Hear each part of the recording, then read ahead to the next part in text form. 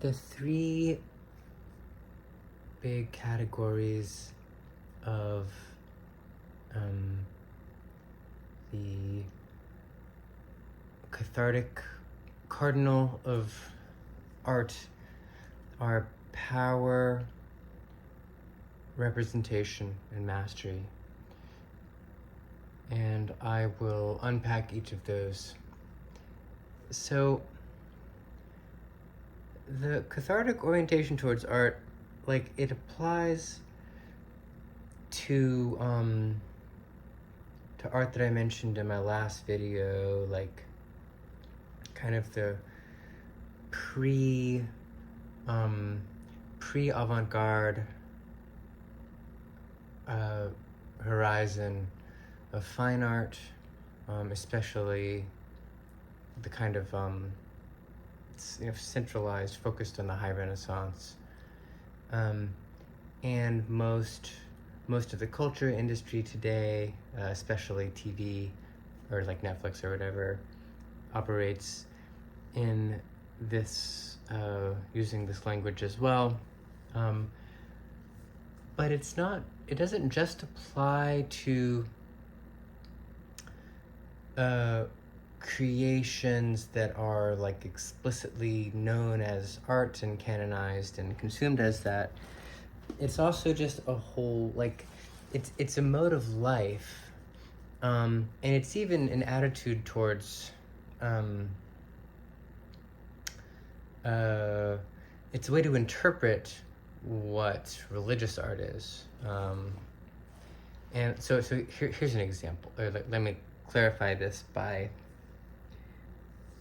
giving the example I have in mind. That I guess I should have said that narrative is also an important term or category, although I'm kind of collapsing narrative and representation, I guess, for the purposes of at least this video. So, like, there is a power in establishing truths that people believe in. And like, this is very deep, it's potentially constitutive of like humanity as such, or like what makes it possible for humans to coordinate their efforts at such like extraordinary scales, that's when people don't think about that very much, that like part of what distinguishes like humans from like apes or whatever is that maybe like 100 apes can all work together, but humans have we're in this society, this like system with like billions of people in it, and like it's because we all believe certain things that we share in common, and in the present that thing is actually money, right? It's that like money is real, that like currency represents value, and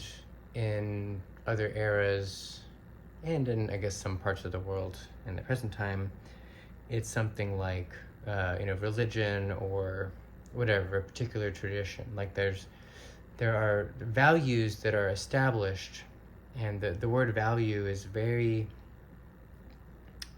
like the craziest word and idea and thing that there is. So from the perspective of religion, you would say that religion addresses the supernatural, but from the perspective of and religious art, but from the perspective of catharsis, what religious art is actually doing is consolidating power.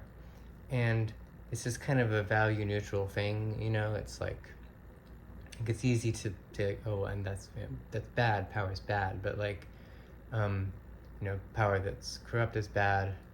The same thing can apply to experiencing a horrible trauma, and then like writing a wonderful novel, and then sharing that with the world and really affecting people through it. the same, like, that's sounds like that's something very different from like the value of $1, but they're actually, those are two manifestations of the same thing. I would argue that like there is some kind of substrate of existence that is real and unrepresentable, or not represented in itself. And there are these and it's kind of exciting but painful, and it's real, and or it's the real, like that's the technical term in various philosophical systems. And the cathartic orientation towards art can represent it, which doesn't mean to render it perfectly, because there's no sense in that concept. Like, you can't perfectly render something that isn't also a rendering. So the real always escapes efforts to represent it, but a successful representation of the real creates power, and that can be the power of a particular social structure, or it can be the power of an individual, like partly in the sense of just, like, I guess, succeeding at it and finding a place through it, but also sort of channeling the power of a kind of truth that you have to share outwards. And it's kind of like power in the sense of like electricity. It's like cultural electricity, spiritual electricity. So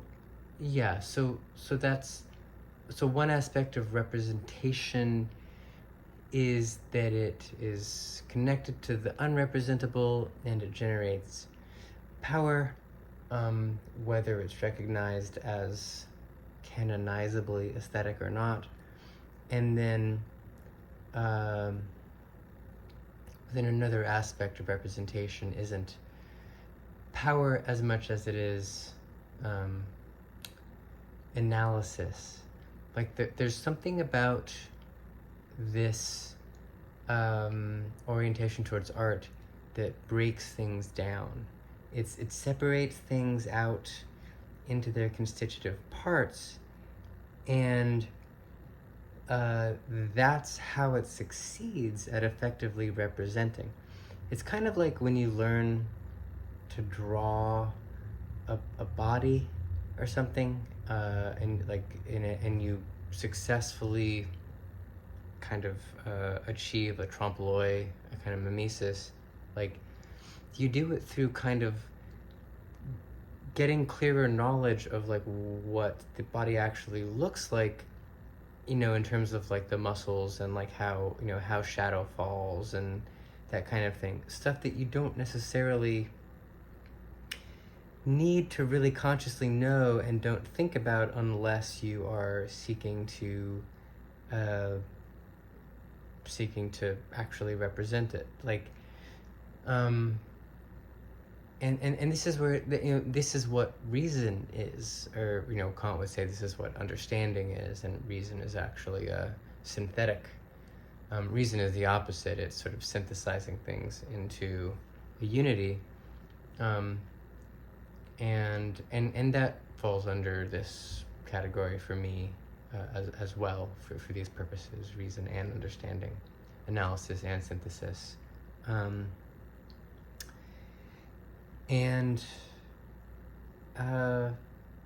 it doesn't, again, it doesn't need to be specifically representational art that does this. Like, also, it's worth mentioning that in my view, modernism is a cathartic mode of art.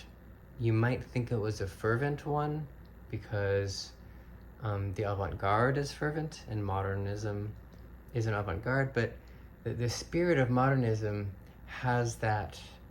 It's analytical, you know. It's analyzing form or perception, or a medium, and it generally is seeking to establish some kind of new earth, or new mode of consciousness. And so it's actually, from this view, it's perfectly continuous with the High Renaissance. And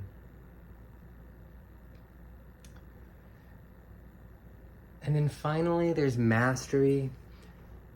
And this brings us to the I think like the true meaning of the idea of form, like in Plato's sense, like the forms, is that when you achieve mastery, like there are forms, you know, in every domain there is a state of the art. Like say like specifically in the arts, like violin playing, there's a state of the art, you know. There are the best violin players all can play certain pieces and use certain techniques, and that's something that evolves over time. And mastery, this is something we take for granted, but it's really mystical and profound, is when you truly excel at something, you're actually like kind of, you're touching the form. Like the form is a real thing. It's ideal. It's not material, but it's real. And when you get good at something, you are actually touching the form somehow with your work. You're like making contact with it. And when you make contact with it and you really do so in a masterful way, you alter the form. You change something about the way that it's done. And you're sort of pushing civilization forward, you might say, or, you know, you're expanding human perception or whatever. Again, it can manifest in various ways that all seem like different things, but are not. But the key thing here is just that, like, there's this like excellence, this like greatness aspect of cathartic art, and that greatness, it's not a perfection. It's kind of like, I'm kind of saying the thing that I said about representation in a different way. It's actually the same point, but it sounds very different when you put it like this. So this is a different aspect of it, that like when you perfect a form, you don't just create something that's identical to the form, because nothing can be identical to the form. You know, form is not identical to itself. A does not equal A. This is Hegel's like deepest insight. So what you do instead is you like exhaust it, and then it changes because of what you did. You kind of break it. Zizek has a term for this called the fragile absolute. He might have taken that from Schelling or something. He certainly takes the idea from Schelling.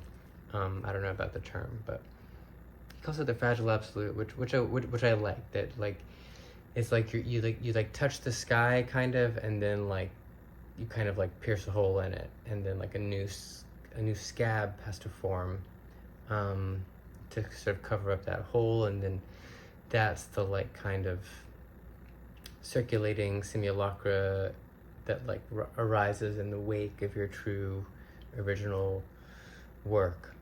So yeah, power, representation, mastery, the cathartic mode of art.